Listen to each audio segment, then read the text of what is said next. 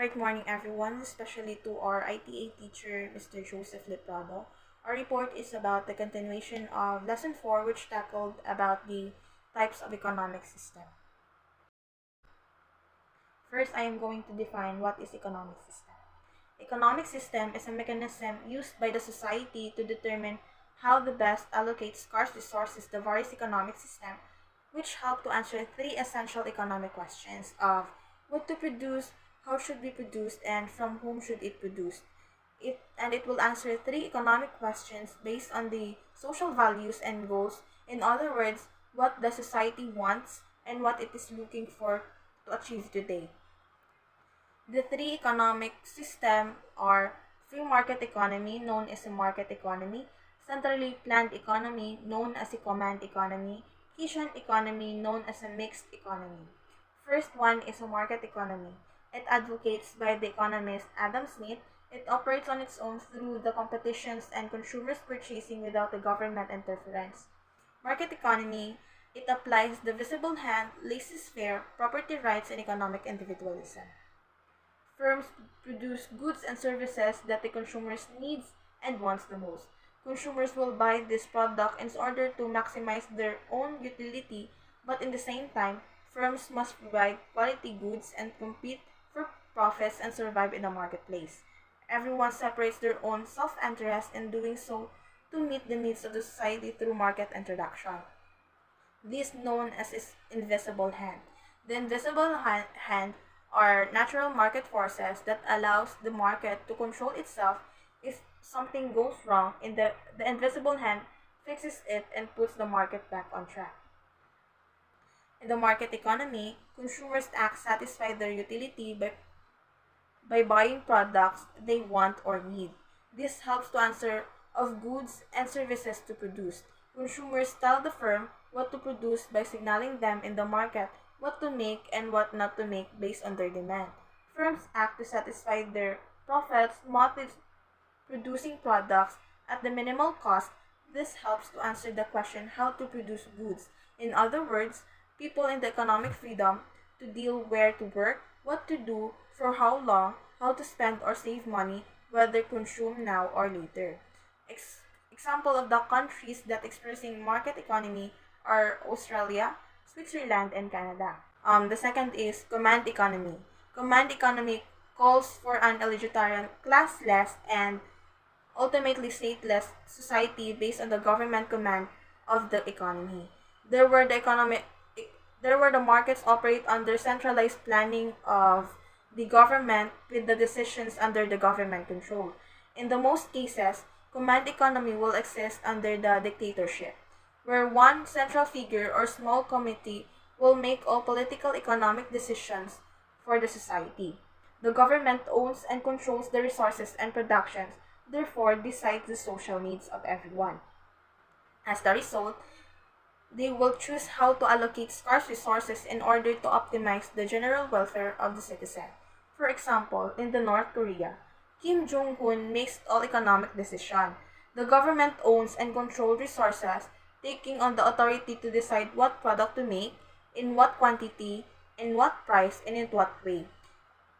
In the command economy, the visible hand of the government, with little if any regard of the price, orders state-owned companies to make computers, controlling everything and everybody.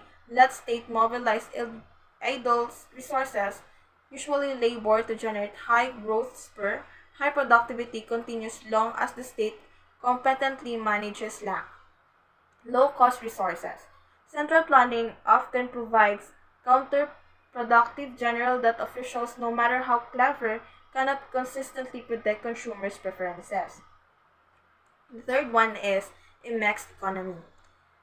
Mixed economy is a system in which economic decision, principally market-driven ownership, is largely private, but the government intervenes for a little to a lot in allocating resources. The mixed economy integrates elements of the command in a market system.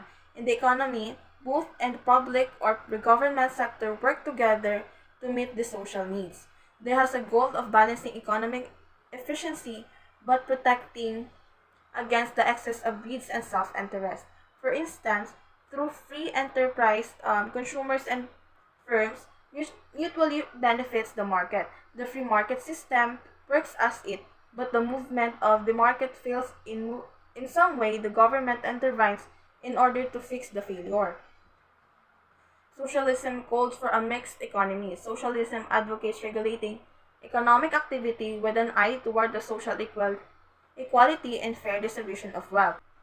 Socialism holds the fair and just economy besides optimizing efficiencies, defends the weak by supporting low unemployment, prevents consolidation of wealth and privilege, helps impoverished by fairly redistributing income, stabilize the system, intervening the market failures, and protect society by limiting abuses of the market power.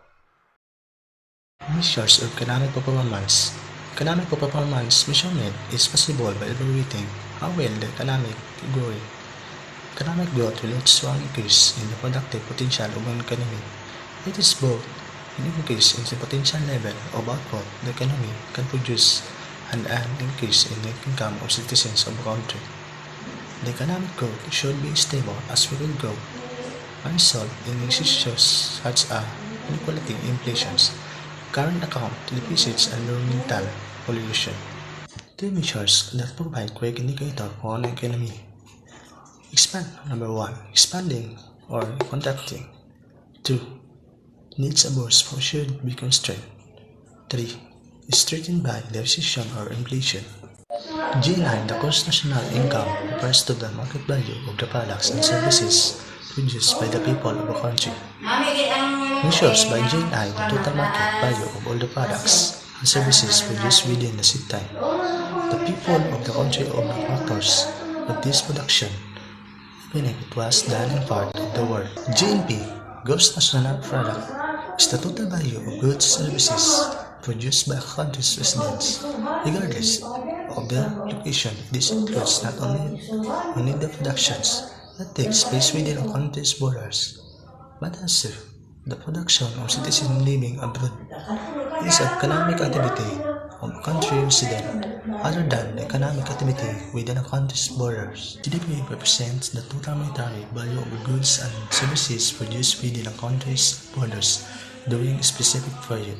Typically, a quarter of a year is one of the most commonly used metrics to gauge the economic size and performance of a nation. Measures of economic performance, especially GDP, serve as essential tools for assessing and understanding the economic well-being and growth of a country.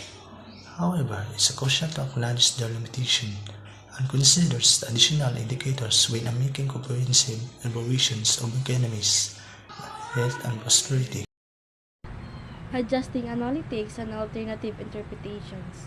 GNI and its offshoots estimate an economy's absolute performance. Despite their strength, they can mislead managers when comparing countries. For example, economic powers like the United States, Japan, and Germany consistently claim the top rankings. When sorted by GNI, some may mistakenly presume that they are also productive and faster growing than lower ranked countries. Often, the opposite is true. Therefore, managers improve the usefulness of GNI, GNP, and the GDP. And here are the three adjusting. First, rate of economic growth. In simple terms, economic growth refers to an increase in aggregate production in an economy, which is generally manifested a rise in national income. Second, size of the population is the number of individuals in a population. For example, a population of insects might consist of 100 individuals and 6 or many more. Third, purchasing powers of the local currency, the quantity of goods and services that can be bought with a monetary unit. Because of rising prices, the purchasing power of currency deteriorates over time.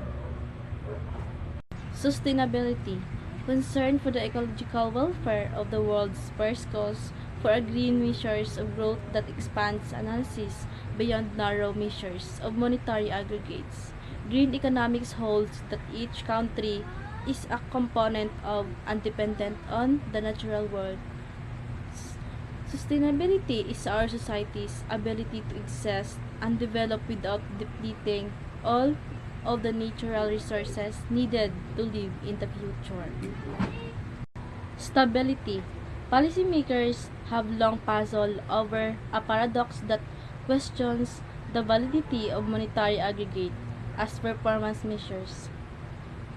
Namely, people in rich countries do not appear to be any happier than people in poor countries. No matter how high income rose, little evidence indicated that it improved people's reported happiness. Happynomics calls for moving from the concept of financial prosperity to the idea of emotional prosperity. Defining happiness, like beauty, is often in the eye of the beholder. Potential indicators such as love, friendship, family, relations, and actualizations are tough to pin down. For me, in a simple sense, refers to the state of being steady, secure, or balanced, without significant changes or disruptions. An example situation of stability could be a well-built house standing firmly without any signs of collapsing, even during a windstorm. Another example of stability is financial stability, when a person or organization has a consistent income and manageable expenses. They have financial stability. This means they can meet their financial obligations without significant fluctuations or debt. The last topic is all about economic analysis. Let's start the inflation. Inflation is the sustained rise in prices measured against a standard level of purchasing power. This means that over time, the general price level of goods and services in an economy increases, and each unit of currency buys fewer goods and services. For example of inflation, you go to a coffee shop today and order a cup of coffee which is for 50 pesos. A year later, you return to the same coffee shop and find that same cup of coffee and cost 55 pesos. In that scenario, the increase in the cost of the coffee reflects a general trend of rising prices across the economy. It means that on average, the purchasing power of your money has decreased because you need more money to buy the same goods and services. And that's example of inflation. Unemployment refers to a situation in which individuals who are willing and able to work are unable to find suitable employment opportunities. In other words, it occurs when people who are actively seeking jobs cannot secure employment. Unemployment is typically measured as a percentage of the labor force, and it's important economic indicator.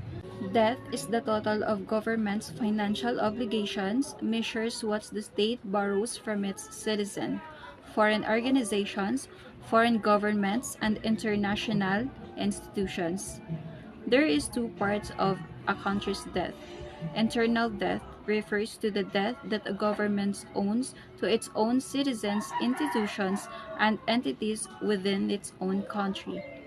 Examples of internal debt include government bonds held by domestic investors, loans from domestic banks, and other forms of borrowing from individuals or institutions within the country.